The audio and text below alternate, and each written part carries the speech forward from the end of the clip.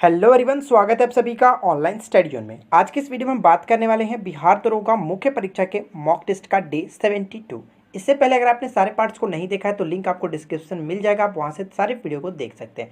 इस वीडियो में total 50 questions के बारे में डिस्कस करेंगे जो कि पूर्णतः बीपी एसएससी के पैटर्न पे बनाया गया है। तो आप इस वीडियो को कंप्लीटली एंड तक देखिए और लास्ट में अपना स्कोर करके बताइए कि क्या आपने इस कट ऑफ को क्लियर किया कि नहीं। तो चलिए फ्रेंड्स, इस वीडियो को शुरू करते हैं। तो आज की इस वीडियो का फर्स्ट क्वेश्चन आपकी स्क्रीन पे ये है कि चतुष्पाद शिव प्रतिमा कहाँ पर स्थित है। हमेशा की तरह प्रत्येक क्वेश्चन के लिए 5 सेकंड टाइम मिलेगा, तो आपका समय शुरू होता है अब।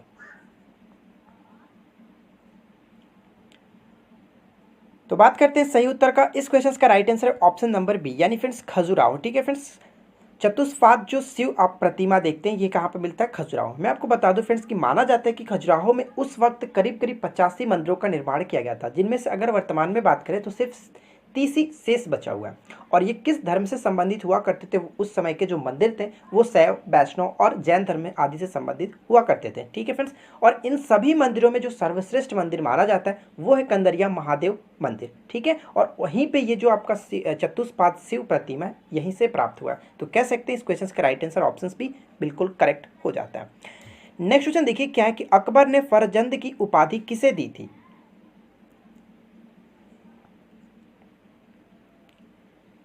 इस क्वेश्चन का राइट आंसर है ऑप्शन बी, यानी कि राजा मानसिंह को। ठीक है फ्रेंड्स, ऑप्शन बी बिल्कुल करेक्ट आंसर हो जाएगा। मानसिंह के सेवा से प्रसन्न होकर अकबर ने यह उपाधि इनको प्रदान की थी। ठीक है, अच्छा यहां से मैं कुछ पॉइंट्स आपको बताता हूं, जैसे कि अकबर ने अन्य किस किस को कौन कौन सी उपाधि दी थी। ठीक है, ध्यान से सुनिएगा। जैसे कि बीरबल के बारे में बात करें तो बीरबल को उपाधि थी कवि प्रिय की। ठीक है, नरहरि को महापात्र की उपाधि दी गई थी, अकबर के द्वारा बात की जा रही है, ध्यान से सुनिएगा। ठीक है, तानसेन के बारे में बात करें कि तानसेन को अकबर ने कौन सी उपाधि दी थी? तो कंठ भरण वाणी विलास। ठीक है, इस चीज को याद रहेगा। एक बार रिपीट करता हूं, कंठ भरण वाणी विलास की उपाधि दी थी। ठीक है, अगर बात करें फ्रेंड्स अब्बुद समद, अब्बुद समद को एक उपाधि दी गई थी जो कि श्री कलम के नाम से जाना जाता है। और अगर आप यहाँ पे देखें मोहम्मद हुसैन कश्मीरी को उपाधि मिली थी जड़ी कलम की। ये सारी उपाधि अकबर के द्वारा दी गई थी। तो इन सारे पॉइंट्स को आप याद रखेंगे। ठीक है, आगे बढ़ते हैं।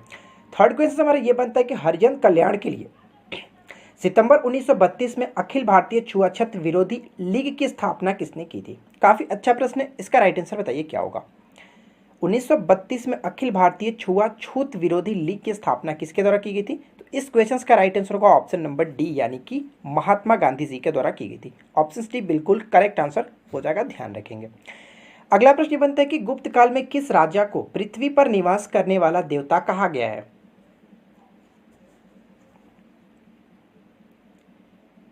इसका सही उत्तर है ऑप्शन बी, समुद्रगुप्त को। ठीक है फ्रेंड्स, ऑप्शन बी बिल्कुल करेक्ट आंसर हो जाता है। समुद्रगुप्त को अन्य भी उपाधि दी गई थी, जैसे कि विक्रामंक की उपाधि इसको मिली थी, कविराज भी इसे कहा जाता था, और बात करें कि अश्वमेधकर्ता की उपाधि भी इसने धारण की थी। और साथ ही साथ आपको ये चीज तो पता ही होगा कि बी ए स्मिथ ने इनको भारत का नेपोलियन भी कहा है। ठीक है फ्रेंड्स, अब यहाँ से क्वेश्चन आपके लिए छोटा सा क्वेश्चन आपको नीचे कमेंट करके बताना है कि इनके जो दरबार में रहने वाला जो कवि था उनका नाम क्या था जिसने इलाहाबाद प्रशस्ति लेख की स्थापना भी की थी। काफी हमेशा क्वेश्चन आपको देखने को मिलता है, ये क्वेश्चन पूछा जाता है, तो आप नीचे मुझे कमेंट करके बताएंगे।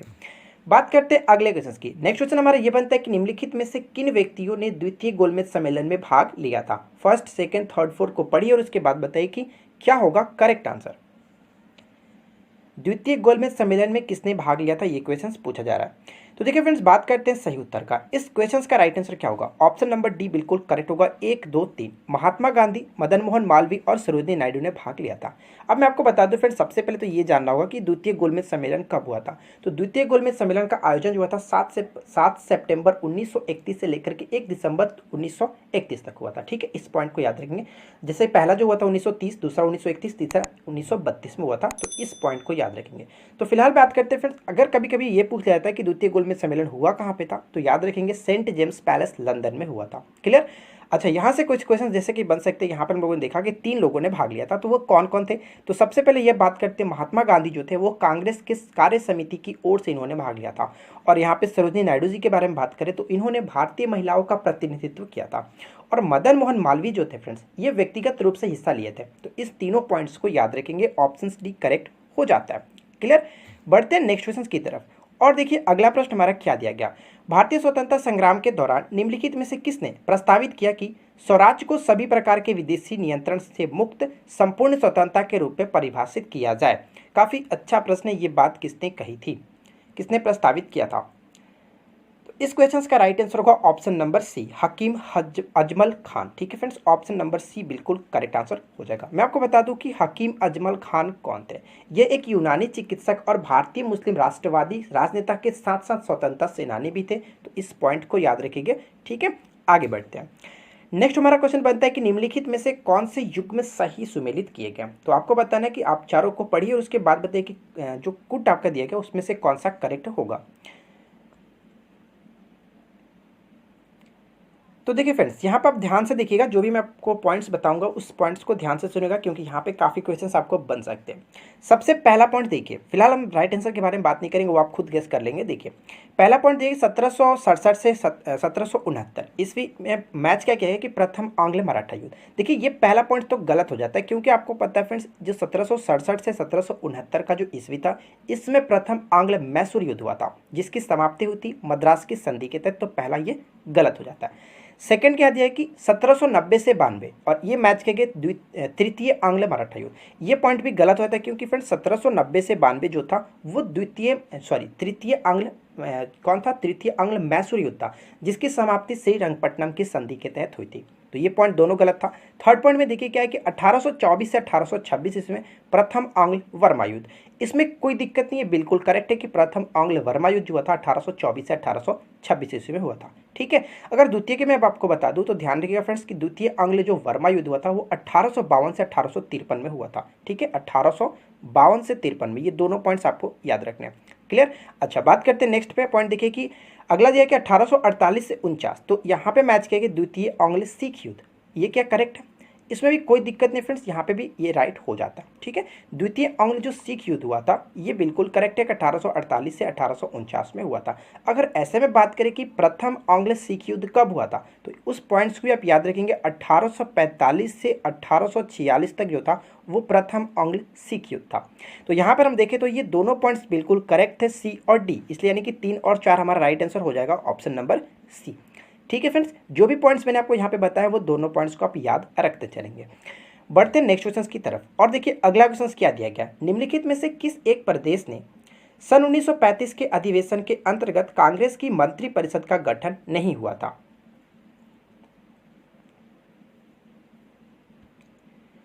इस क्वेश्चन का राइट आंसर होगा ऑप्शन नंबर डी। यानी फ्रेंड्स ऑप्शन नंबर डी कहने का मतलब ये हुआ कि पंजाब तथा बंगाल में गठन नहीं किया गया था 1935 के अंतर्गत कांग्रेस का मंत्रिमंडल परिषद। पंजाब और बंगाल में गठन नहीं हुआ था। यहाँ से एक क्वेश्चन आपको याद रखना फ्रेंड्स कि जवाहरलाल नेहरू ने 1935 ईस्वी के अधिवेशन को क्या कहा था, अनेक डिब्बी वाली किंतु इंजन रहित रेलगाड़ी की संख्या दी थी। तो इस पॉइंट्स को भी आप याद रखेंगे, पूछा जा सकता है। क्लियर, आगे बढ़ते हैं। वीडियो अगर आपको पसंद आ रही हो तो वीडियो को लाइक करना बिल्कुल भी ना भूलें। वीडियो को लाइक करें, अपने दोस्तों के साथ शेयर करें। चैनल पे पहली बार आए तो चैनल को सब्सक्राइब करके नोटिफिकेशन बिल को ऑन कर लीजिएगा, ताकि इसी तरह की नेक्स्ट वीडियो की नोटिफिकेशन आपको ऑन टाइम मिलती रहे। देखिए नेक्स्ट क्वेश्चन क्या कह रहा है, क्वेश्चन नंबर 9। मुगल अधिकारी रूमी खान ने शेरशाह से चुनारगढ़ के किले पर कब्जा करने के लिए निम्नलिखित में से किस मुगल शासक की मदद की थी। तो इस क्वेश्चन का राइट आंसर है ऑप्शन नंबर बी, यानी फ्रेंड्स हुमायूं। ठीक है, ऑप्शन नंबर बी बिल्कुल करेक्ट आंसर हो जाएगा। क्लियर। अच्छा, यहाँ से आपके लिए छोटा सा क्वेश्चन जो कि हमेशा आपको पेपर में देखने को मिलता रहता है, आपको कमेंट्स करके ये बताना है कि हुमायूं का मकबरा जो है वो कहाँ पे पड़ता है। ठीक है, नीचे आप कमेंट्स करके बताएंगे। देखिए नेक्स्ट क्वेश्चन क्या बनता है, निम्नलिखित घटनाओं का सही क्रम नीचे दिए गए कूट से ज्ञात कीजिए। यानी फ्रेंड्स यहाँ पे फर्स्ट सेकंड थर्ड दिए गए, और उसके आप बताइए कि इनको आपको घटना के सही क्रम के अनुसार सजाना है। कौन सी घटना सबसे पहले घटी थी उसके अकॉर्डिंग आपको सजाना है। तो चलिए मैं आपको बताता हूँ कि इसमें कौन सही होगा। देखिए फ्रेंड्स, सबसे पहले अगर बात करें यहाँ पे दिए गए जलियांवाला बाग नरसंहार, सेकंड में देखें डॉक्टर सत्यपाल का बंदी बनाया जाना, और थर्ड में 1919 का अमृतसर अधिवेशन। तो सबसे पहले आपको पता है कि जलियांवाला बाग हत्याकांड जो हुआ था वो कब हुआ था और ये क्यों हुआ था, उस समय तो आपको पता होगा। देखिए हुआ कुछ ऐसा था कि डॉक्टर सत्यपाल और सैफुद्दीन जो किचलू थे उनकी जो गिरफ्तारी हुई थी 9 अप्रैल 1919 ईस्वी को, उसी के लिए ये जो सभा वहाँ पे आयोजन किया जा रहा था जलियांवाला बाग में। तो उस समय ये जलियांवाला बाग ये तो मैंने आपको बताया कि 9 अप्रैल, ठीक है, 9 अप्रैल 1919 को हुआ था। क्लियर। और सेकंड में जलियांवाला बाग हत्याकांड के बारे में बातें तो ये आपको पता है कि 13 अप्रैल 1919 को हुआ था। ठीक है, यानी फर्स्ट पॉइंट तो ये होगा, सेकंड पॉइंट ये होगा, और उसके बाद जो आपका ये आप देख रहे हैं 1919 का अमृतसर अधिवेशन, ये कब हुआ था? तो दिसंबर 1919 में आपका हुआ था ये अधिवेशन। और यहाँ से एक क्वेश्चन और पूछा जा सकता है कि 1919 का अधिवेशन जो हुआ था, कांग्रेस का अधिवेशन अमृतसर में, इसकी अध्यक्षता किसने की थी? One of the most important points ये बन जाता है, तो इस चीज़ को याद रखेंगे, मोतीलाल नेहरू ने इसकी अध्यक्षता की थी। तो कुल मिलाकर देखें तो फ्रेंड्स सबसे पहले 2 होगा, उसके बाद आपका 1, 2, 1, 3, तो 2, 1, 3 हमारा राइट आंसर ऑप्शन ए बिल्कुल करेक्ट आंसर हो जाता है। क्लियर, आगे बढ़ते हैं। नेक्स्ट क्वेश्चन देखिए क्या दिया गया। अगला प्रश्न ये बनता है कि रोलिंग योजना का क्या अर्थ होता है? ठीक है, रोलिंग योजना का जो अर्थ है वो आपको बताने क्या होता है। तो इस क्वेश्चन का राइट आंसर होगा ऑप्शन ए, यानी कि ऐसी योजना जिसके आवंटन और लक्ष्य हर साल बदल सकते हैं। ऑप्शन नंबर ए बिल्कुल करेक्ट होगा, ध्यान रखेंगे। ठीक है फ्रेंड्स, यहाँ से कुछ पॉइंट्स आपको याद रखने, जैसे रोलिंग जो योजना था, रोलिंग प्लान था, वो क्या था? तो देखिए रोलिंग प्लान जो था वो 1978 में शुरू किया गया था। ठीक है फ्रेंड्स, 1978 से 83 के लिए शुरू किया गया था, 5 वर्षों के लिए, लेकिन जनता सरकार के द्वारा इसको 1980 में बंद कर दिया गया था और वापस छठी पंचवर्षीय योजना जो कि 1980 से 85 स्टार्ट किया गया था। तो इस पॉइंट्स को आप याद रखेंगे। क्लियर, आगे देखिए। नेक्स्ट क्वेश्चन ये बनता है कि किस चोल शासक ने चिदम्बरम का प्रसिद्ध नटराज मंदिर का निर्माण कराया था? काफी अच्छा प्रश्न है, बताना इसका राइट आंसर क्या होगा।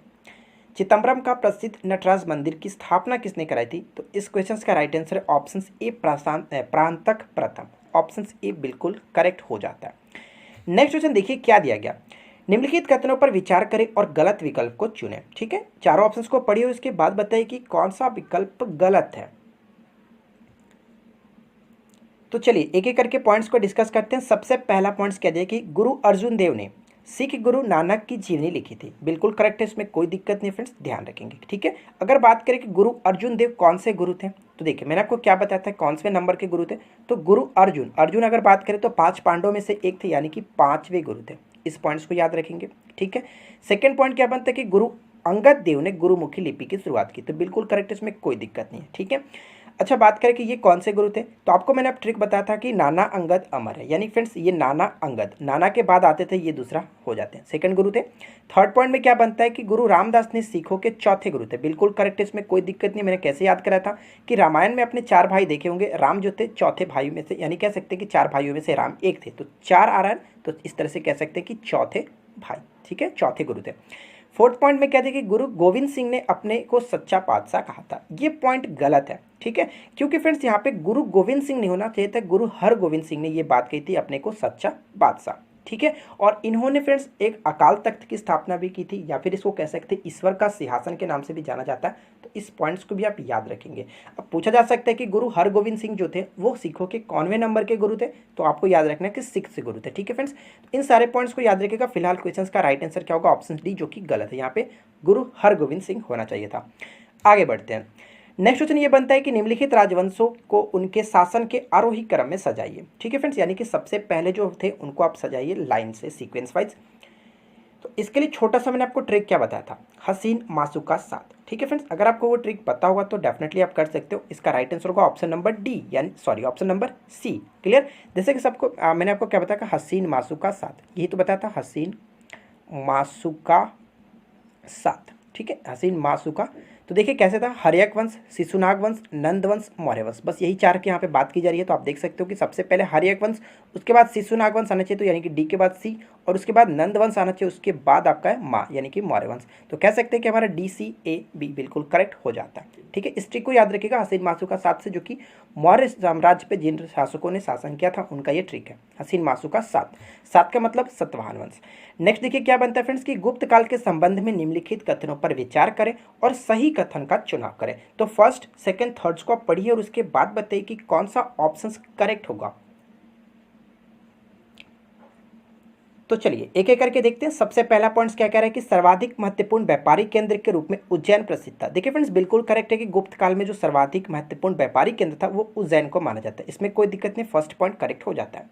सेकंड पॉइंट क्या कह रहा है कि गुप्त युग में भू राजस्व की जो दर थी वो उपज का 6ठा भाग था, इसमें भी कोई दिक्कत नहीं है। ऐसा दिया गया था कि 1/4 भाग से 1/6 भाग होता है, लेकिन ऑप्शंस पर अगर आपको दोनों मिले तो आपको 1/6 को टिक करना है। ठीक है फ्रेंड्स, 1/6 बिल्कुल करेक्ट हो जाता है। थर्ड पॉइंट में क्या दिया कि गुप्त काल में बौद्ध धर्म संबंधी महत्वपूर्ण अवशेष बेतवा नदी के तट पर मिलते हैं। यहाँ पे ये पॉइंट गलत है। अब यहाँ पे गलत क्या, मैं आपको ये बता दूं, यहाँ पे बौद्ध धर्म नहीं होना चाहिए था, यहाँ पे वैष्णव धर्म संबंधित है। ठीक है फ्रेंड्स, गुप्त काल जो था वो वैष्णव धर्म से संबंधित था। वैष्णव धर्म में जो ये था, वैष्णव धर्म में गुप्त काल में वैष्णव धर्म संबंधी महत्वपूर्ण जो अवशेष थे वो कहाँ पर देखने को मिलता है, तो आप देख सकते हैं कि देवगढ़ का दशावतार मंदिर पे जो है इसका अवशेष है, और ये कहाँ पे पड़ता है, तो बेतवा नदी के तट पर। तो कह सकते हैं कि यहाँ पे थर्ड ऑप्शन जो कि गलत है और सही हमें चुनना था, तो फर्स्ट और सेकंड करेक्ट था, इसलिए ऑप्शन ए को आप टिक कर सकते हो। क्लियर, आगे देखिए। नेक्स्ट क्वेश्चन हमारा यह बनता है कि राष्ट्रीय मानव अधिकार आयोग के अधिनियम 1993 के अनुसार निम्नलिखित में से कौन इस आयोग के अध्यक्ष बन सकता है। तो इस क्वेश्चन का सही उत्तर होगा ऑप्शन नंबर सी, यानी फ्रेंड्स केवल भारत के सेवानिवृत्त मुख्य जो न्यायाधीश होंगे उन्हीं को इसका अध्यक्ष बनाया जा सकता है, वही इसके अध्यक्ष बन सकते हैं। ठीक है, तो राइट आंसर आपका क्या होगा, ऑप्शन सी करेक्ट हो जाता है। नेक्स्ट क्वेश्चन हमारे देखिए क्या बनता है कि भारतीय संविधान धर्मनिरपेक्ष राज्य की स्थापना करता है, इससे अभिप्राय है, यानी फर्स्ट सेकंड थर्ड फोर्थ को पढ़िए और उसके बाद बताइए कि कौन सा विकल्प करेक्ट होगा। तो इस क्वेश्चन का राइट आंसर है ऑप्शन डी, यानी कि 1, 2 और 4 सभी राज्य सभी धर्मों का सम्मान कर रहा है, समान मान्यता देता है, इसमें कोई दिक्कत नहीं है। सेकंड कह रहा है कि सभी लोगों को विश्वास और उपासना की स्वतंत्रता देता है, लेकिन यहाँ पे देखिए शैक्षणिक स्थानों को बिना किसी अपवाद के धार्मिक शिक्षा देने की स्वतंत्रता प्राप्त होगी, ये इसमें पॉइंट सही नहीं है। लेकिन ऑप्शन डी को देखिए कि राज्य रोजगार के विषय में धार्मिक आधार पर किसी प्रकार का विभेद नहीं करेगा, बिल्कुल करेक्ट है, यानी कि ऑप्शन डी हमारा होना चाहिए। 1, 2, 4 ऑप्शन डी को आप टिक करके निकाल सकते हो। नेक्स्ट क्वेश्चन देखिए क्या दिया गया, संविधान का कौन सा अनुच्छेद सामाजिक समानता का अधिकार प्रदान करता है। One of the most important question, pre में भी आपको इस टाइप के क्वेश्चन देखने को मिला था। देखिए बात करते हैं सही उत्तर का, इस क्वेश्चन का राइट आंसर क्या होगा।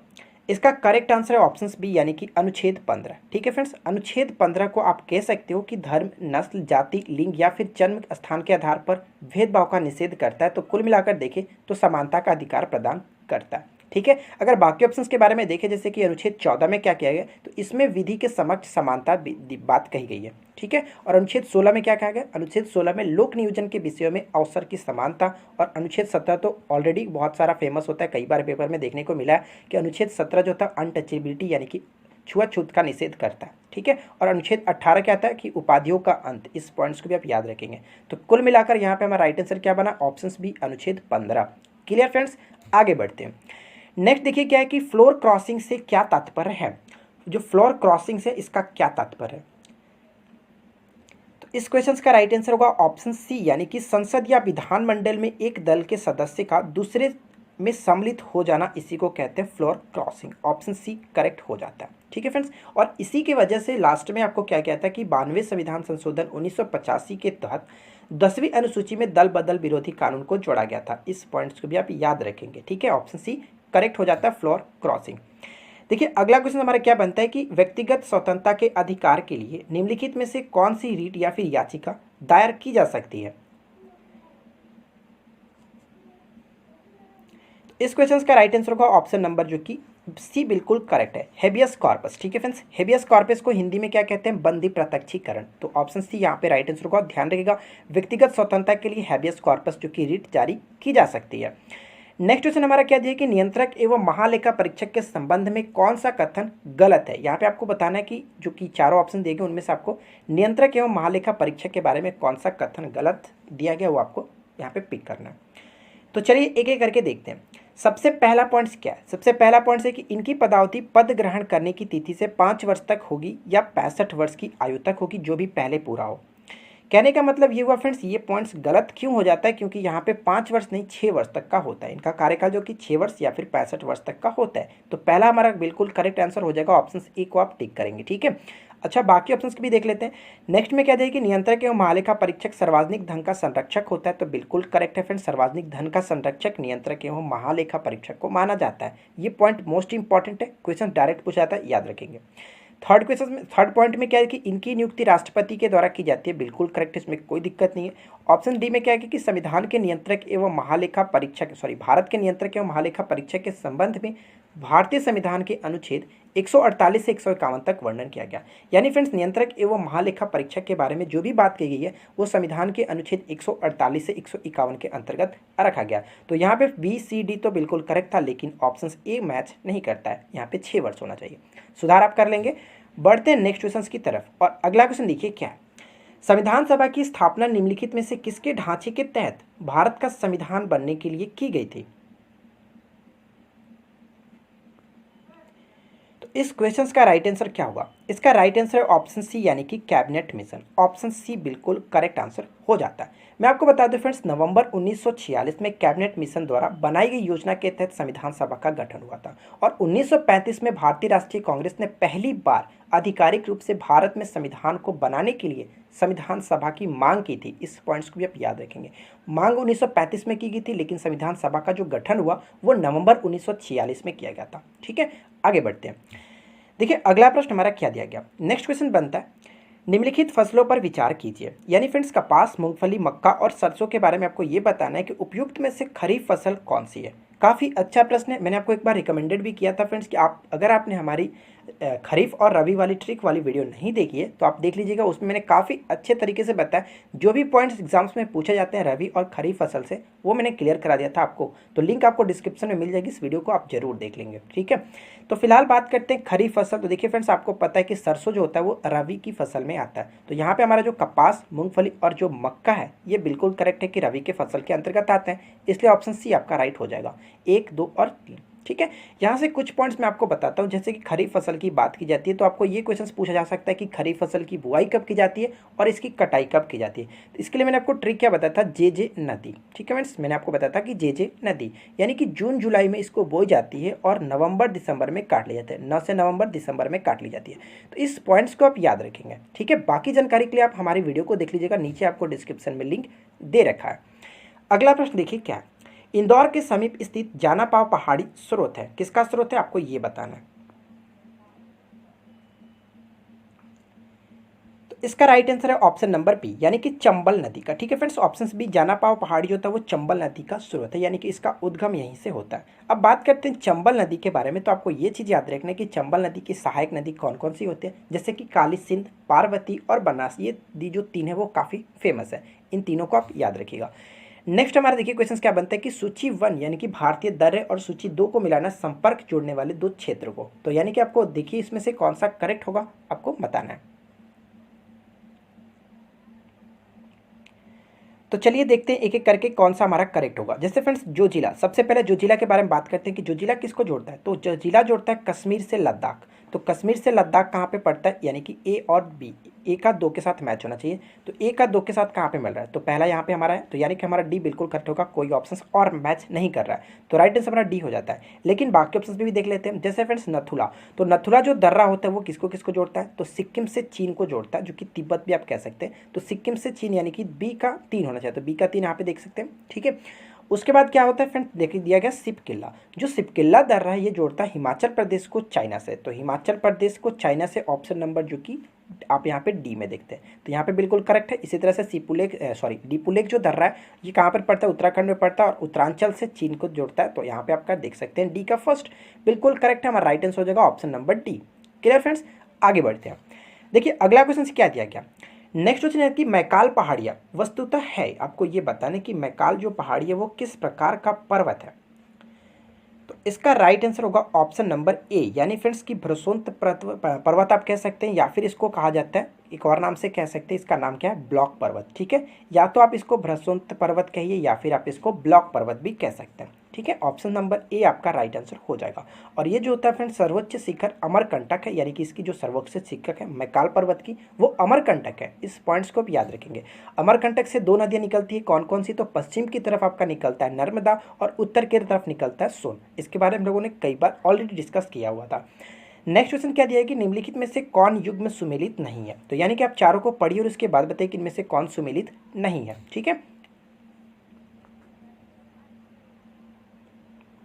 तो चलिए फ्रेंड्स देखते हैं इसका राइट आंसर क्या होगा। इस क्वेश्चन का राइट आंसर बिल्कुल करेक्ट होगा ऑप्शन बी, यानी कि जो शिमला है यहाँ पे पीर पंजाल के साथ मैच किया गया, ये गलत है। पीर पंजाल नहीं होना, यहाँ पे धौलाधर सेड़ी होना चाहिए था। ठीक है, जो शिमला होता है वो धौलाधर सेड़ी का भाग होता है। तो इसका राइट आंसर यहाँ पे बी हो जाएगा। लेकिन बाकी ऑप्शंस को आप पढ़ लीजिए, बिल्कुल करेक्ट है, इसमें कोई दिक्कत नहीं। माउंट आबू, अरावली पर्वत, जो कि उटकमंड, नीलगिरी पहाड़ी, कोडाईकनाल, पालिनी पहाड़ी, बिल्कुल करेक्ट है। ठीक है, आगे बढ़ते हैं। नेक्स्ट क्या बनता है कि भारत के सर्वाधिक क्षेत्र पर किस प्रकार की मिट्टियाँ का सही अवरोही क्रम क्या है। यानी फ्रेंड्स सबसे ज़्यादा जो है उसको आपको रखना है, उस तरह से आपको बताना है। ठीक है,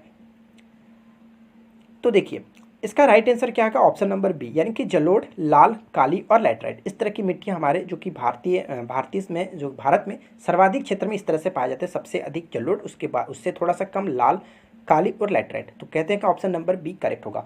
देखिए यहाँ से दो क्वेश्चन पूछे जाते हैं, जैसे कि जलोढ़ मिट्टी का अगर हम उठाते हैं तो जलोढ़ मिट्टी से दो क्वेश्चन बन सकते हैं कि जलोढ़ के जो पुरानी मिट्टी होती है और नई मिट्टी, दोनों को अलग अलग नाम दिया जाता है। तो उन दोनों का अलग अलग नाम क्या है, पूछा जा सकता है कि जलोढ़ मिट्टी के जो पुरानी मिट्टी को क्या कहते हैं, यानी कि पुरानी जलोढ़ मिट्टी को किस नाम से जाना जाता है। तो इसके लिए छोटा सा ट्रिक आपको बताता हूँ, आप उस ट्रिक को याद रखेंगे, खान बापू। ठीक है फ्रेंड्स, खान बापू। देखिए खान बापू का मतलब क्या हुआ, जो खादर होता है वो नई जलोढ़ मिट्टी को कहते हैं, यानी कि न से नई जलोढ़ मिट्टी और खा से खादर। ठीक है, और पू का मतलब पुराना जलोढ़ मिट्टी, बा का मतलब बा का मतलब हो गया आपका बांगर। ठीक है, ध्यान रखेंगे, नई जलोढ़ मिट्टी को खादर कहते हैं और पुरानी जलोढ़ मिट्टी को बांगर कहते हैं। तो हमारा राइट आंसर यहाँ पे फिलहाल बी होगा, इस पॉइंट्स को याद रखिएगा। देखिए नेक्स्ट क्वेश्चन क्या है, कोडाईकनाल किस पर्वत श्रृंखला पर स्थित है। जस्ट हम लोगों ने ऊपर में देखा था, तो आई होप कि आपको ये तो ऑलरेडी क्लियर ही होगा। तो इसका राइट आंसर है ऑप्शन नंबर जो कि ए बिल्कुल करेक्ट है। ठीक है फ्रेंड्स, पालनी पहाड़ी पे स्थित है, हम लोगों ने ऊपर में डिस्कस किया था, ऑप्शन ए बिल्कुल करेक्ट हो जाता है। नेक्स्ट क्वेश्चन क्या बनता है कि निम्नलिखित कथनों पर विचार करेंगे, यानी कि फर्स्ट, सेकंड, थर्ड्स को आप पढ़िए और उसके बाद बताइए कि कौन सा मिलान जो किया गया वो सही है। और इसको मैंने एक बहुत ही ट्रिक अच्छे वाली ट्रिक के साथ आपको याद कराया था। किस तरह से याद कराया था, यहाँ पे मैं एक बार डिस्कस कर देता हूँ। देखिए देवप्रयाग को मैंने क्या बताया था कि भाग अली देव, यानी फ्रेंड्स बिल्कुल करेक्ट है कि भागीरथी और अलकनंदा। सेकंड हम लोगों ने क्या बात किया था, कर्णप्रयाग को मैंने आपको याद बताया था कि कर्णपिया। ठीक है, कर्णपिया यानी कि कर्ण, पी का मतलब पिंडार और अ का मतलब मैंने आपको बताया था अलकनंदा। ठीक है, ये पॉइंट भी करेक्ट है। रुद्रप्रयाग के लिए हम लोग याद किए थे फ्रेंड्स अमरूद। अब एक छोटा सा मैंने याद करा था कि अमरूद आप याद रखोगे तो क्लियर हो जाएगा, यानी कि रुद्र का मतलब रुद्रप्रयाग में अलकनंदा और मंदाकिनी मिलती है। तो आप देख सकते हैं कि तीनों यहाँ पे पॉइंट्स बिल्कुल करेक्ट हो जाता है, इसलिए राइट आंसर हमारा ऑप्शन नंबर डी, यहाँ पे तीनों बिल्कुल सही है। ठीक है, आगे देखिए नेक्स्ट क्वेश्चन हमारा ये बनता है फ्रेंड्स कि निम्नलिखित में से कौन सा अंतर्राष्ट्रीय सम्मेलन और उनके संबंधित अधिकार क्षेत्र से सही ढंग से मेल नहीं खाता है।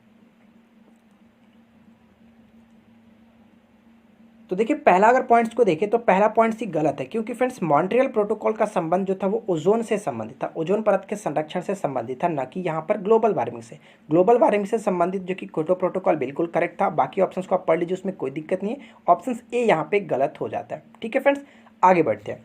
नेक्स्ट क्वेश्चन हमारा देखिए क्या है कि निम्नलिखित में से कौन कौन से मिलकर विश्व बैंक का गठन करते हैं। तो 1, 2, 3, 4 आपको दिए गए और फिर से बताना है कि किसके साथ मिलकर के कौन कौन का मिल करके बनाया गया था विश्व बैंक, किस किस को मिला करके विश्व बैंक का निर्माण किया जाता है। तो फिलहाल बात करते हैं इसके क्वेश्चंस का राइट आंसर का। तो इस क्वेश्चंस का राइट आंसर है ऑप्शन ए, यानी कि 1, 2 और 3। ठीक है फ्रेंड्स, अंतर्राष्ट्रीय पुनर्निर्माण और विकास बैंक, अंतर्राष्ट्रीय वित्त निगम और अंतर्राष्ट्रीय विकास संघ, इन तीनों को मिलाकर के विश्व बैंक का गठन करते हैं। ऑप्शन ए करेक्ट हो जाता है। आपके लिए छोटा सा क्वेश्चन, विश्व बैंक के बारे में आपको बताना है कि विश्व बैंक की स्थापना जो हुई थी वो कब हुई थी और इसका हेडक्वार्टर कहाँ पे पड़ता है। इन दोनों क्वेश्चंस को आप नीचे कमेंट्स करके बताएंगे। आगे बढ़ते हैं। नेक्स्ट क्वेश्चन बनता है कि भ्रष्टाचार धारणा सूचकांक, यानी कि करप्शन परसेप्शन इंडेक्स जो होता है वो किसके द्वारा प्रकाशित किया जाता है। काफ़ी अच्छा प्रश्न है, तो बताना इसका फ्रेंड्स राइट आंसर क्या होगा। इस क्वेश्चन का right answer option number B, यानी कि ट्रांसपेरेंसी इंटरनेशनल के द्वारा ये प्रकाशित किया जाता है। ऑप्शन बी बिल्कुल करेक्ट होगा, याद रखेंगे। नेक्स्ट क्या बनता है कि विदेशी पूंजी के घटकों में शामिल है, यानी कि फर्स्ट, सेकंड, थर्ड में बताइए कि कौन सा इसमें शामिल है, उत्तर क्या होगा। तो बात करते हैं सही उत्तर का। देखिए फ्रेंड्स, इस क्वेश्चन का राइट आंसर क्या होगा, विदेशी पूंजी के घटक में कौन कौन से शामिल आते हैं। तो उस चीज़ को याद रखेंगे फ्रेंड्स कि अनुदान और ऋण, विदेशी व्यवसायिक जो कि ऋण, और थर्ड में आपका ये ध्यान रखना कि प्रत्यक्ष विदेशी ऋण, और फोर्थ में एक और आता है जो कि उसका नाम क्या है, और निवासियों द्वारा किए गए जो कि जमा। ठीक है फ्रेंड्स, इस पॉइंट्स को भी आप याद रखेंगे। तो कुल मिलाकर देखें तो 1, 2, 3 बिल्कुल राइट होता है, इसलिए ऑप्शन नंबर डी यहाँ पे करेक्ट होगा। और फोर्थ पॉइंट्स मैंने आपको क्या बताया, एक बार रिपीट कर देता हूँ कि अनिवासियों द्वारा किए गए जमा जो होता है वो इसी के अंतर्गत आता है। अगला पॉइंट क्या बनता है कि भारत में गरीबी रेखा का अनुमान लगाने के लिए निम्नलिखित में से किस पद्धति का उपयोग किया जाता है। तो इसका राइट आंसर होगा ऑप्शन नंबर बी, यानी कि आय पद्धति का उपयोग किया जाता है। ठीक है फ्रेंड्स, ऑप्शन बी बिल्कुल करेक्ट आंसर हो जाता है। भारत में गरीबी रेखा आय पर आधारित होती है और ये आय की सीमा को परिभाषित करता है, यानी फ्रेंड्स इस सीमा से नीचे वाले परिवारों को जो कि गरीब माना जाता है। तो इस चीज़ को याद रखेंगे। आगे बढ़ने से पहले आपसे एक रिक्वेस्ट है कि अगर आपने अभी तक इस वीडियो को लाइक नहीं किया तो प्लीज़ फ्रेंड्स वीडियो को जरूर लाइक करें और साथ ही साथ अपने दोस्तों को भी शेयर कीजिएगा। देखिए बात करते हैं नेक्स्ट क्वेश्चन की, और अगला प्रश्न हमारा ये है कि कावला राष्ट्रीय पार्क जो है वो किस राज्य में स्थित है। ऑप्शन ए थोड़ा वहाँ पे चला गया, तो इस चीज़ को आप ध्यान से देखिएगा। बंगाल, राजस्थान, आंध्र प्रदेश या फिर उड़ीसा, इसका राइट आंसर क्या होगा।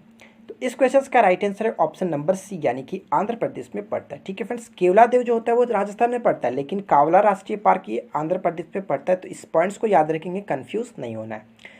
उम्मीद करूंगा फ्रेंड्स कि आपने हमारी उस वीडियो को जरूर देखा होगा वन्यजीव अभ्यारण्य से रिलेटेड। नहीं देखा है तो आप जरूर देख लेंगे। फर्स्ट और सेकंड दोनों पार्ट्स में मैंने काफ़ी अच्छे वन्यजीव अभ्यारण्य कंप्लीट कराए हुए हैं। अगला प्रश्न हमारा क्या बनता है कि निम्नलिखित में से कौन से पर्यावरण के जैविक घटक हैं। तो पर्यावरण के जैविक घटक के बारे में आपको बताना है, तो बताइए कौन कौन सा होगा। तो फिलहाल इस क्वेश्चन का राइट आंसर होगा ऑप्शन नंबर सी, यानी फ्रेंड्स 1, 2 और 5। ठीक है, 1, 2 और 5। तो सबसे पहले आपको ये जानना होगा कि जैविक घटक में कौन कौन से आते हैं। तो मैं आपको बता दूं कि जैविक घटक में हरे पौधे, परपोषी पौधे, अपघटक, परजीवी जीव आदि को शामिल किया गया। आप स्क्रीन पे भी देख सकते हैं अजैविक घटक में कौन कौन से आते हैं। तो फिलहाल फ्रेंड्स आप देखिए इसका राइट आंसर होगा 1, 2, 5। क्लियर, चाहो तो आप स्क्रीनशॉट ले लीजिएगा ताकि आप बाद में पढ़ सकें। देखिए नेक्स्ट क्वेश्चन क्या है कि ताप विद्युत परियोजना के संदर्भ में कौन सा जोड़ा सही है। तो आपको बताना है कि यहाँ पे कौन सा जोड़ा सही तरीके से मैच किया गया, किसके अकॉर्डिंग तो ताप विद्युत परियोजना। तो देखिए इसका राइट आंसर क्या होगा। सबसे पहले तो एक एक करके डिस्कस करते हैं। देखिए तलचर जो होता है ये कहाँ पर पड़ता है, जो कि गलत तरीके से यहाँ पे मैच किया गया, आंध्र प्रदेश में नहीं उड़ीसा में पड़ता है। ठीक है, पहला तो पॉइंट्स गलत होता है। कोरबा कहाँ पे, उत्तर प्रदेश नहीं छत्तीसगढ़ होना चाहिए था, ये भी गलत है। कवास बिल्कुल करेक्ट है, गुजरात में। ठीक है फ्रेंड्स, कवास जो ताप विद्युत परियोजना है गुजरात में पड़ता है। रामागुंडम जो कि मध्य प्रदेश में नहीं है फ्रेंड्स, रामागुंडम तेलंगाना में पड़ता है। तो इस पॉइंट्स को भी आप याद रखेंगे। तो कुल मिलाकर देखिए तो ऑप्शन सी आपका राइट होगा। ठीक है, सही तरीके से मैच किया गया कवास। नेक्स्ट क्वेश्चन क्या बनता है कि बिरसा मुंडा के अनुयायी उन्हें किसका अवतार मानते थे। तो इसका राइट आंसर होगा ऑप्शन नंबर बी, यानी कि धरती अब्बा का। ठीक है फ्रेंड्स, ऑप्शन नंबर बी बिल्कुल करेक्ट आंसर हो जाएगा। नेक्स्ट क्वेश्चन देखिए क्या, बिहार की जनसंख्या की दृष्टि से निम्न जिला में से सबसे बड़ा जिला कौन सा है। जनसंख्या की दृष्टि से आपको ये बताना है। तो सबसे बड़ा जो जिला होता है, बहुत इजी क्वेश्चन है, सभी लोगों ने राइट आंसर किया होगा पटना। ठीक है फ्रेंड्स, अब छोटा सा क्वेश्चन आपसे ये बताना है कि सबसे बड़ा तो आपने बता दिया कि पटना होता है, तो नीचे आप कमेंट करके बताइए कि सबसे छोटा जिला कौन सा होता है। और जो क्वेश्चन मैं पूछता हूँ आप लोग कमेंट्स करके नहीं बताते हो, कुछ लोग ही करते हैं लेकिन सभी लोग नहीं करते हैं, जो कि ये बहुत गलत बात है यार। आप लोग जरूर कमेंट्स करके बताएं कि जो क्वेश्चन पूछा जाता है। देखिए नेक्स्ट क्वेश्चन क्या है, किसी वस्तु के एक समरूप चालक का प्रतिरोध उसकी लंबाई के खालिस्तान तथा उसके अनुप्रस्थ काट के क्षेत्रफल के खालिस्तान होता है। तो इस क्वेश्चन का राइट आंसर क्या आप अटेम्प्ट कर पाएंगे, तो बताइए क्या होगा राइट आंसर। देखिए फ्रेंड्स, इस क्वेश्चन को अटेम्प्ट करने के लिए छोटा सा फॉर्मूला का हम सहारा लेंगे, और वो फॉर्मूला हमारा क्या है, तो रेसिस्टेंस यानी कि प्रतिरोध कह सकते हैं। प्रतिरोध जो कि किसके बराबर होता है, तो रो और L/A। ठीक है, ये होता है इसका जो कि रिलेशन। अब आप देखिए फ्रेंड्स, यहाँ पे क्वेश्चंस में क्या किया गया कि चालक का प्रतिरोध उसकी लंबाई के, तो देखिए चालक का जो प्रतिरोध हुआ, रेसिस्टेंस हुआ, उसके लंबाई के तो क्या होता, समानुपाती, यानी फ्रेंड्स कह सकते हैं कि अनुक्रमानुपाती होता है। और जो उसके यहाँ पे क्या बोल रहा है कि अनुप्रस्थ काट के क्षेत्रफल, यानी कि जो क्षेत्रफल है एरिया के जस्ट उसके अपोजिट होता है, तो यानी कि व्यतिक्रमानुपाती कह सकते हैं। तो कुल मिलाकर देखें तो ऑप्शन ए बिल्कुल करेक्ट हो जाएगा। और ये फॉर्मूले को आप याद रखिएगा, इस पे न्यूमेरिकल बनाने को मिल सकता है, और या फिर आप इसको संबंध में यूज़ करके इस तरह से क्वेश्चंस को लगा सकते हैं। नेक्स्ट क्वेश्चन देखिए क्या है, असंगत का चयन करें। यानी फ्रेंड्स यहाँ पे जो मैच किया गया वो एक गलत है, और आपको बताना है कि कौन इसमें गलत तरीके से मैच किया गया। तो चलिए देखते हैं इसका राइट आंसर क्या होना चाहिए। तो यहाँ पे इसका राइट आंसर आप सी को देखें तो पश्मीना जो ऊन होता है फ्रेंड्स, ये भेड़ से नहीं बकरी से निकाला जाता है, बकरी की ऊन होता है, ठीक है, बकरी। तो यहाँ पे सी हमारा जो कि गलत तरीके से मैच करेगा और यही हमारा करेक्ट आंसर हो जाएगा। बाकी ऑप्शन में कोई दिक्कत नहीं है। रानीखेत एक प्रकार का वायरस से होने वाला एक संक्रामक रोग है, और करण जो स्वीस है ये गाय की नस्ल होती है। एपीकल्चर मधुमक्खी पालन, इसमें भी कोई दिक्कत नहीं, और ये मोस्ट इंपॉर्टेंट है एपीकल्चर, पेपर में आपको बार बार पूछा जाता है। अगला प्रश्न देखिए क्या है कि निम्न में से कौन सा कम यानी कि 0.5 ppm से कम या फिर बिना फ्लोराइड वाले पानी के पीने से लंबे समय तक सेवन का जो कि प्रमुख प्रभाव है। कहने का मतलब ये हुआ कि अगर पानी में फ्लोराइड की मात्रा कम है तो उसमें से कौन सा एक प्रॉब्लम हो सकता है। इसका राइट आंसर होगा ऑप्शन ए यानी कि दांत की कैविटी। ठीक है फ्रेंड्स, कैविटी होने का संभावना है अगर पानी में फ्लोराइड की मात्रा कम है तो। अब ये भी आपको ध्यान रखना है कि फ्लोराइड की मात्रा अगर अधिक हो जाती है, पीने वाले पानी में फ्लोराइड की मात्रा अधिक हो जाएगी तो वहाँ पे फ्लोरोसिस नामक रोग भी हो जाता है। तो बैलेंस में चलना पड़ता है। तो ऑप्शन सी यहाँ पे बिल्कुल करेक्ट हो जाता है, सॉरी ए बिल्कुल करेक्ट होगा। नेक्स्ट क्या बनता है कि मनुष्य के खून का पीएच वैल्यू क्या होता है। ठीक है, पीएच वैल्यू आपको बताना है कि मनुष्य का जो खून का पीएच वैल्यू होगा वो यहाँ पे किस तरह से होगा। तो सबसे पहले आपको इस क्वेश्चन को अटेम्प्ट करने के लिए आपको पता होना चाहिए कि मनुष्य का जो रक्त होता है उसका पीएच वैल्यू एग्जैक्ट होता है क्या है। तो मैं मान के चलता हूँ 7.4 होता है, समथिंग होता है 7.35 समथिंग कुछ होता है। तो 7.4 हम लोग याद रखेंगे। तो 7.4 अगर आपको देखें तो पीएच स्केल पे क्या होता है 0, 7 और ये आपका 14। ठीक है, अगर इसके अंतर्गत रहता है तो ये आपका एस यानी कि अम्ल होता है, और इसके अंतर्गत रहता है तो क्षार होता है। तो जस्ट इसके अगर नज़दीक है तो क्या हुआ कि थोड़ा सा क्षारीय हुआ, पूरा क्षारीय तो नहीं कह सकते क्योंकि यहाँ पे रहता है तो पूरा क्षारीय होगा। जैसे जैसे आगे बढ़ेंगे तो वो क्षारीय बढ़ता जाता है। तो जस्ट यहाँ पे 7 के जस्ट बाद है तो कह सकते हैं कि थोड़ा सा क्षारीय यानी कि कम क्षारीय है। ऑप्शन सी करेक्ट हो जाता है। ठीक है फ्रेंड्स, याद रखेंगे, बहुत अच्छा प्रश्न बन जाता है। नेक्स्ट क्या बनता है कि मनुष्य के शरीर में किस ग्रंथि के प्रधान ग्रंथि कहा जाता है। यानी फ्रेंड्स मनुष्य के शरीर में वो ग्रंथि कौन सी जिसे प्रमुख या फिर प्रधान ग्रंथि माना जाता है। तो इसका सही उत्तर होगा ऑप्शन नंबर सी, पीयूष ग्रंथि। ठीक है, ऑप्शन नंबर सी बिल्कुल करेक्ट आंसर होगा। पीयूष ग्रंथि को आपको पता हो कि मास्टर ग्लैंड यानी कि मास्टर ग्रंथि के नाम से जाना जाता है, क्योंकि फ्रेंड्स यहाँ से ऐसे हार्मोन्स का स्राव होता है जो कि अन्य ग्रंथियों की अपेक्षा विकास सहित शरीर में काफ़ी हेल्प करता है, नियंत्रित करता है बहुत अच्छा से, ये तो ध्यान रखना है। ठीक है, आगे बढ़ते हैं। और मानव शरीर की सबसे छोटी ग्रंथि भी यही इसी को माना जाता है, पिट्यूटरी ग्लैंड यानी कि आपका मास्टर ग्रंथि। नेक्स्ट क्वेश्चन क्या बनता है कि हेमोसाइनिन प्रोटीन जो होता है इसमें शामिल होता है, हेमोसाइनिन प्रोटीन में शामिल है। तो इस क्वेश्चन का राइट आंसर होगा ऑप्शन नंबर जो कि बी राइट आंसर हो जाता है, तांबे के 2 परमाणु। ठीक है फ्रेंड्स, ऑप्शन बी बिल्कुल करेक्ट हो जाता है। क्लियर, ऑप्शन बी राइट हो जाता है। यहाँ से मैं आपको बता दूं कि हेमोसाइनिन जो प्रोटीन होता है ये क्या है। तो कुछ जो कशेरुकी जो पशु होते हैं उनमें मौजूद ऑक्सीजन परिवहन धात्विक एक प्रकार का प्रोटीन इसको माना जाता है। तो इस पॉइंट्स को याद रखेंगे। एक क्वेश्चन मैं आपको और बता दूं फ्रेंड्स, क्वेश्चन नहीं कुछ बताना चाहता था, जैसे कि कल मैं आपको मॉर्निंग में मैथ्स की वीडियो अपलोड होने के जस्ट तुरंत बाद ही मैं आपको बायोलॉजी के क्वेश्चंस का सेकंड पार्ट अपलोड कर रहा हूँ। ठीक है, वीडियो रिकॉर्डिंग हो चुकी है, बस उसको अपलोड करना था, आज ही अपलोड करने वाला था, लेकिन नेटवर्क के इशू की वजह से मैं इसको अपलोड नहीं कर पाया हूँ। तो थोड़ा सा आपसे माफ़ी चाहूँगा फ्रेंड्स, कल आपको मॉर्निंग में उस वीडियो को देखने को मिल सकता है। देखिए नेक्स्ट क्वेश्चन क्या बनता है कि श्वेत प्रकाश जब प्रिज्म से होकर के गुजरता है तो वर्ण सबसे अधिक विचलित होता है। ये क्वेश्चन हम लोगों ने एक बार डिस्कस किया हुआ था, अगर आपने प्रीवियस वीडियो को देखा होगा तो डेफिनेटली आपको ये चीज़ पता होगा। देखिए फ्रेंड्स, मैं आपको क्या बताया था कि जब जब श्वेत प्रकाश होता है प्रिज्म से होकर के गुजरता है, तो मैं मान लेता हूँ कि एक प्रिज्म हो गया और यहाँ से जो जो प्रकाश जाता है तो क्या करते हैं, ये 7 रंगों में विभक्त होता है, आपको पता हो। तो 7 रंगों में जब विभक्त हो 5, 6, 7। ठीक है, यहाँ पे क्वेश्चन पूछा कि जो सबसे अधिक विचलित होता है, तो सबसे अधिक यानी कि विचलित जो होता है वो सबसे अधिक जो अपने मार्ग से डाइवर्ट होता है वो क्या है, वो होता है बैंगनी कलर यानी कि वॉयलेट जो आपका होता है बैंगनी कलर। तो कह सकते हैं ऑप्शन नंबर हमारा बी बिल्कुल राइट आंसर हो जाएगा। ठीक है, तो अगर हम सबसे क्वेश्चन में पूछा था कि सबसे कम कौन विचलन होता है, तो ऊपर में जो आपका रेड होता है वो सबसे कम होता है। ठीक है, यहाँ पे ऑप्शन ए को टिक कर सकते थे। तो फिलहाल इस क्वेश्चन में पूछा गया जो कि सबसे अधिक, तो राइट आंसर होगा ऑप्शन बी। नेक्स्ट देखिए क्या कि 100 वाट की बिजली का बल्ब यदि 10 घंटे जले तो बिजली का खर्च क्या होगा। काफ़ी अच्छा प्रश्न है फ्रेंड्स, बताइए इस क्वेश्चन का राइट आंसर क्या होगा।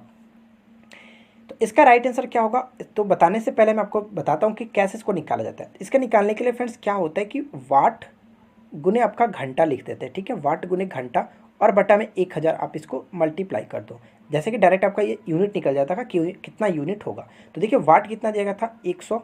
ठीक है, वाट 100 हो गया, सॉरी इसको मैं 10 को हटा देता हूँ। क्लियर। देखिए 100 हो गया और उसके बाद घंटा कितना था 10 घंटा, और नीचे हम लोग 1000 से डिवाइड कर देंगे तो ऊपर में 3 जीरो थे, नीचे 3 जीरो खत्म, यानी कि कह सकते हैं कि 1 यूनिट हमारा बिल्कुल करेक्ट हो जाता है। ठीक है फ्रेंड्स, राइट आंसर होगा ऑप्शन नंबर बी। क्लियर। तो उम्मीद करता हूँ फ्रेंड्स आपको ये चीज़ समझ में आ गई होगी कि 1 इकाई इसका राइट आंसर होगा। आप इस तरीके से याद रखेंगे। इसको कैसे निकाला जाता है, वाट गुने घंटे बटा में 1000 से डिवाइड कर दिया जाता है। देखिए अगला प्रश्न क्या है कि सेक्रेटरीन जो होता है वो क्या है। सेक्रेटरीन एक प्रकार का बताना, एक बार मैंने आपको बताया हुआ था कि सेक्रेटरीन क्या है। अगर आपने हमारे प्रीवियस वीडियो को देखा है तो आपको सारी चीज़ पता होगा, जो भी मैं चीज़ बताता हूँ वो क्या है। देखिए फ्रेंड्स, सेक्रेटरीन जो होता है एक प्रकार का हार्मोन होता है, और ये कहाँ से रिलीज होता है तो मैं आपको ये भी बता दूं कि ये जो होता है आंत के ड्यूडेनम से स्रावित होता है। मैंने आपको बताया था कि ड्यूडेनम कभी कभी पूछा जाता है कि ड्यूडेनम किसका भाग होता है, तो आपको याद रखेंगे ये आंत का एक भाग होता है और यहीं से ये हार्मोन रिलीज होता है। क्लियर। आगे बढ़ते हैं। नेक्स्ट क्वेश्चन क्या बनता है कि निम्नलिखित में से कौन सा युग्म सही सुमेलित नहीं है। यानी फ्रेंड्स यहाँ पे जो 4 तरीके से मैच किए गए उनमें से एक गलत तरीके से मैच किया, आपको बताना है कौन सा गलत है। तो देखिए यहाँ पे अगर बात करें तो फर्स्ट ऑप्शन सी गलत है, जैसे कि सैक्रिन जो यहाँ पे कार्बोहाइड्रेट के साथ मैच किया गया, ये गलत है। जो सैक्रिन होता है एक प्रकार का कार्बनिक यौगिक होता है, न कि कार्बोहाइड्रेट होता है, और ये एक प्रकार का आप ये कह सकते हैं कि कृत्रिम मिठास के लिए प्रयोग किया जाता है। ठीक है फ्रेंड्स, जिस तरह से चीनी हम लोग यूज़ करते हैं उसी तरह से इसको भी हम यूज़ कर सकते हैं। कृत्रिम मिठास यानी कि आर्टिफिशियल ये स्वीटनेस के तौर पर कार्य करता है। ठीक है, यहाँ से सबसे चौंकाने वाली बात ये होगी, जिस तरह से आप चीनी का यूज़ करते हैं, चीनी के अगर आप 300 से 400 जो कि टुकड़े अगर डालते हो, छोटे छोटे बूंद हो गए, जो 300 से 400 टुकड़े डालते हो, उसके जगह पे आप सैक्रिन का सिर्फ एक छोटा सा टुकड़ा डाल दोगे तो उसके बराबर मुकाबला मीठा करेगा। कहने का मतलब ये हुआ कि चीनी की तुलना में जो सैक्रिन होता है वो 300 से 400 गुना अधिक मीठा होता है। तो इस पॉइंट्स को भी आप याद रखेंगे। तो देखिए फ्रेंड्स, यहाँ पर हम लोगों ने कुल 50 क्वेश्चंस काफ़ी अच्छे से डिस्कस कर लिया। आप नीचे कमेंट करके बताइए कि आपने आउट ऑफ 50 से कितना स्कोर किया, और आपको ये वीडियो अच्छी लगी हो तो वीडियो को लाइक और अपने दोस्तों के साथ जरूर शेयर कीजिएगा। ठीक है फ्रेंड्स, तो आज का क्यूज क्वेश्चन आपके लिए ये है, आप क्यूज क्वेश्चन को पढ़िए और उसके बाद नीचे कमेंट्स करके बताइए। वीडियो अगर अच्छा लगा हो तो वीडियो को लाइक करना बिल्कुल भी ना भूलें फ्रेंड्स। चैनल को सब्सक्राइब करके नोटिफिकेशन बिल को ऑन रखिएगा। हम मिलते हैं आपके साथ नेक्स्ट वीडियो में किसी नए टॉपिक के साथ। Thanks for watching, keep learning, have a good day.